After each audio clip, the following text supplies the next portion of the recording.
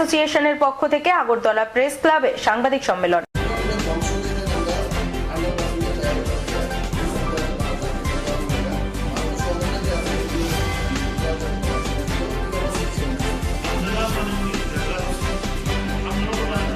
अरे भैया कहाँ हैं आप? अरे ऐप में तो 5 मिनट दिखा रहा है। तो ऐसे कीजिए, कैंसिल कर दीजिए, मैं दूसरी कैब कर लूंगा। क्या बात कर रहे हैं आप? ऐप में तो 500 रुपए दिखा रहा है, आप एक्स्ट्रा क्यों मांग रहे हैं? क्या आप भी रोजाना ट्रेवल करने के लिए कैब बुक करते हैं? और क्या इसी तरह के एक्सपीरियंस का सामना करना पड़ता है आपको भी? तो आइए, अब इस एक्सपीरियंस को बेटर बनाने का टाइम आ गया है रेडी टू कैब के साथ। रेडी टू कैब से इंडिया का most trusted and fastest growing cab booking platform. Ready to cabs पर आपको कैब बुकिंग सर्विसेज ही नहीं बल्कि यहाँ पर आप local taxi, rickshaw, AC non AC taxi सब बुक कर सकते हैं। और सबसे अच्छी बात तो ये है कि यहाँ पर आप अपना फेयर खुद डिसाइड करते हैं, है ना ये अच्छी बात। अब लंबे इंतजार की जरूरत नहीं है, ना ही एक्स्ट्रा फेयर देने की जरूरत है, और अपने डेस्टिनेशन पर लेट पहुंचने की टेंशन भी खत्म। यहाँ पर सिर्फ बुकिंग ही नहीं, रेडी टू कैब्स के साथ आप एज ए करियर भी अपने आप को ग्रो कर सकते हैं, जहां पर इंडिया के बाकी के सारे प्लेटफॉर्म के कंपैरिजन में आप ज्यादा रेवेन्यू जनरेट कर सकते हैं। तो अब इंतजार कैसा?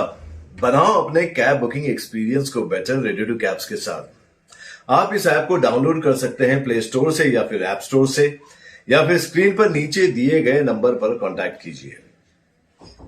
मिलते हैं। इंडिया ड्राइवर महिला संघ भारत जिंदाबाद जिंदाबाद, ऑल त्रिपुरा ड्राइवर एसोसिएशन जिंदाबाद जिंदाबाद। আজকে প্রেস ক্লাবে উপস্থিত যত মিডিয়া ভাইরা আছেন সবাইকে আমার পক্ষ থেকে জানাই নমস্কার। আর বিশেষ করে আমাদের ভারত সরকারের মাননীয় প্রধানমন্ত্রী শ্রী নরেন্দ্র দামোদর দাস মোদীজির কাছে এবং আমাদের ত্রিপুরা রাজ্যের মাননীয় মুখ্যমন্ত্রী প্রফেসর শ্রী ডক্টর মানিক সাজির কাছে এবং ভারতের সমস্ত রাজনীতি দলের মন্ত্রিমণ্ডলগণের কাছে আমার পক্ষ থেকে জানাই নমস্কার এবং শতকোটি প্রণাম।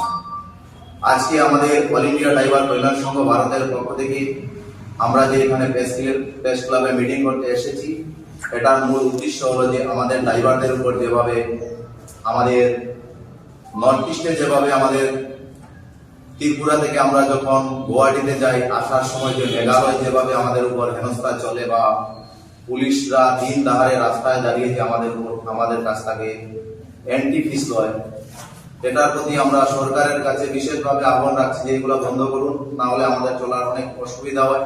কেননা আমরা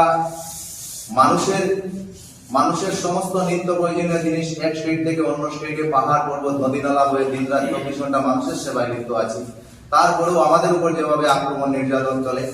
এবং বিশেষ করে আমাদের ত্রিপুরা রাজ্যের মাননীয় মুখ্যমন্ত্রীর কাছে আমরা এটাই দাবি রাখবো যে আমাদের ত্রিপুরা রাজ্যের যে বর্ডারটা রয়েছে চুরাইবাড়ি, সেখানে যে আরটি ওয়েটিং ব্রিজ রয়েছে 3টা, কিন্তু একটা চালু রয়েছে। 3 দিক থেকে যখন গাড়ি এক জায়গায় চলে আসে, ড্রাইভারদের মধ্যে বিবাদ চলে আসে, ঝগড়া চলে আসে, এইগুলো চালু করার জন্য আমি বিশেষভাবে ওনার কাছে দাবি রাখবো।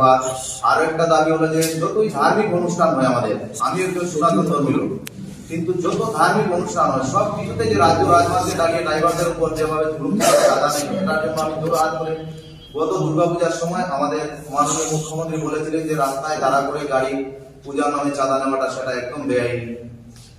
এটা প্রশাসনের অধিকারীদের কাছে উনি মুখে বলছিলেন না, ওটার অ্যাকশনই চাইছিলেন, কিন্তু ওনার প্রশাসনের অধিকারীই আমাদের কাছ থেকে চাঁদা নিয়ে ওরা কালী পূজা করছে।